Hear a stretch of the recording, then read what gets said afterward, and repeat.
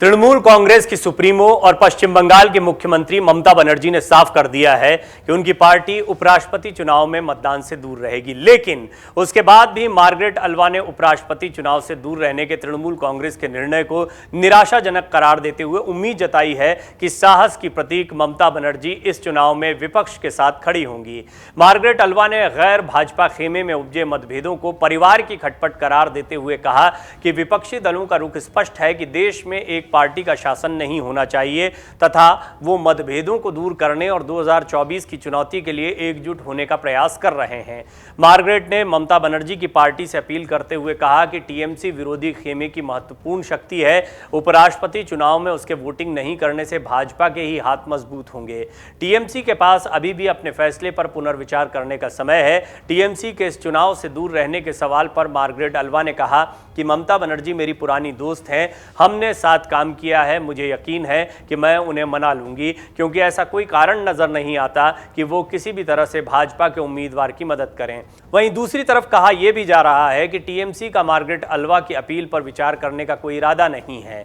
Party सूत्रों के मुताबिक टीएमसी अपने फैसले पर अडिग है। वहीं सप्ताह के अंत में पश्चिम बंगाल की मुख्यमंत्री ममता बनर्जी की दिल्ली की निर्धारित यात्रा से पहले विपक्ष की दो सबसे बड़ी पार्टियों तृणमूल कांग्रेस और कांग्रेस के बीच मेल मिलाप होने की संभावना है। पश्चिम बंगाल के हावड़ा में बड़ी मात्रा में नकदी के साथ झारखंड के 3 कांग्रेस विधायकों की गिरफ्तारी इस तथ्य के साथ जुड़ी है कि भर्ती घोटाले में अपने नेता पार्थ चटर्जी की गिरफ्तारी पर टीएमसी बैकफुट पर है। ये दोनों घटनाएं कांग्रेस और तृणमूल कांग्रेस के रिश्तों पर जमी बर्फ को पिघलाने के लिए उत्प्रेरक के रूप में कार्य कर सकती हैं। दोनों दलों के बीच संबंधों का सुधरना एक ऐसी संभावना है जिसके विपक्षी एकता के लिए व्यापक निहितार्थ हो सकते हैं। पश्चिम बंगाल की मुख्यमंत्री ममता बनर्जी के 4 अगस्त को दिल्ली पहुंचने की संभावना है। अपने प्रवास के दौरान वो 7 अगस्त को नीति आयोग की संचालन परिषद की बैठक में भाग लेंगी। वो अपनी पार्टी के सांसदों के साथ रणनीतिक बैठकें करेंगी। अभी तक इस बात की कोई पुष्टि नहीं हुई है कि ममता बनर्जी के दिल्ली दौरे में कांग्रेस प्रमुख सोनिया गांधी या अन्य विपक्षी नेताओं के साथ कोई बैठक में शामिल है या नहीं।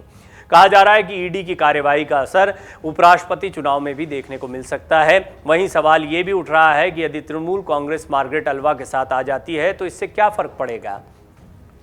उपराष्ट्रपति चुनाव 6 अगस्त के लिए निर्धारित है, लेकिन तृणमूल ने पहले ही घोषणा कर दी है कि वो मतदान से दूर रहेगी, ये दावा करते हुए कि उपराष्ट्रपति पद के लिए उम्मीदवार के चयन को लेकर हुई विपक्षी खेमे की परामर्श बैठक से उसे दूर रखा गया था।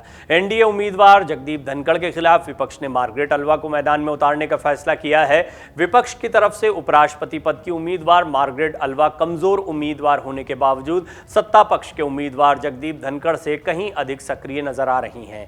मार्गरेट अल्वा कमजोर उम्मीदवार होने के बावजूद ये अच्छी तरह से जानती हैं कि मीडिया सुर्खियों में कैसे रहा जाता है। अल्वा केंद्रीय मंत्री और राज्यपाल रह चुकी हैं। वहीं महाराष्ट्र में शिवसेना, कांग्रेस और एनसीपी गठबंधन की सरकार गिरने के बाद अब राजनीतिक पंडितों की नजरें देश के पूर्वी छोर पर मौजूद झारखंड में चल रहे घटनाक्रम पर है। एक तरफ झारखंड के मुख्यमंत्री हेमंत सोरेन और उनके करीबियों पर जांच एजेंसियों का शिकंजा कसता जा रहा है, तो दूसरी तरफ गठबंधन सहयोगियों झारखंड मुक्ति मोर्चा और कांग्रेस के बीच दूरी बढ़ती दिखाई दे रही है। देश के कई हिस्सों में मानसून की भारी बारिश के बीच झारखंड मुक्ति मोर्चा कांग्रेस सरकार पर भी खतरे के बादल मंडराने लगे हैं। सत्ताधारी गठबंधन के सहयोगी फिलहाल इस तरह की आशंकाओं को खारिज करते हुए सब कुछ ठीक ठाक होने का दावा कर रहे हैं। हालांकि रांची और दिल्ली के सियासी गलियारों में झारखंड की 2.5 साल पुरानी सरकार को लेकर कई तरह की अटकलें लग रही हैं। बहरहाल ये राजनीति है, यहाँ पर हमेशा आरोप प्रत्यारोप चलते रहते हैं। ईडी का एक्शन में आना और एक के बाद एक कई राज्यों में कार्रवाई करना और साथ ही साथ में उपराष्ट्रपति जैसे महत्वपूर्ण चुनाव होना या महाराष्ट्र का सियासी घमासान होना, ये सारी चीज़ें एक साथ हो रही हैं और राजनीतिक पंडित इसे एक कोइंसिडेंस मानने को तैयार नहीं है। इसका कनेक्शन जरूर तलाशा जाता है। बहरहाल क्या उपराष्ट्रपति चुनाव से भी ईडी की कार्यवाहियों का कनेक्शन है, ये बहुत दूर का सवाल है। लेकिन ये बात सही है कि ममता बनर्जी के एक बहुत ही महत्वपूर्ण मंत्री बड़े मामले में फंसे हुए हैं। पार्थ चटर्जी पर शिक्षक भर्ती घोटाले में बहुत ही गंभीर आरोप लगे हैं और अब भी एक के बाद एक उनसे जुड़े कई खुलासे होते चले जा रहे हैं।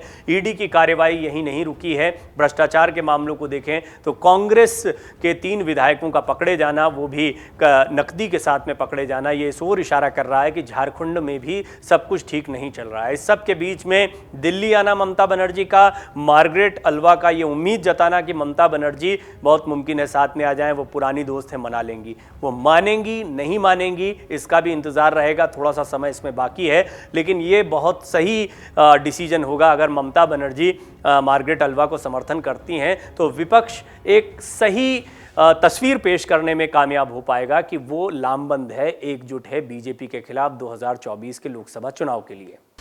डाउनलोड करें अमर उजाला ऐप और पाएं खबरें लगातार। अगर आप ये वीडियो YouTube पर देख रहे हैं तो हमारे चैनल को सब्सक्राइब करें और बेल आइकन को दबाना ना भूलें। अगर आप Facebook पर ये वीडियो देख रहे हैं तो हमारे पेज को लाइक करें।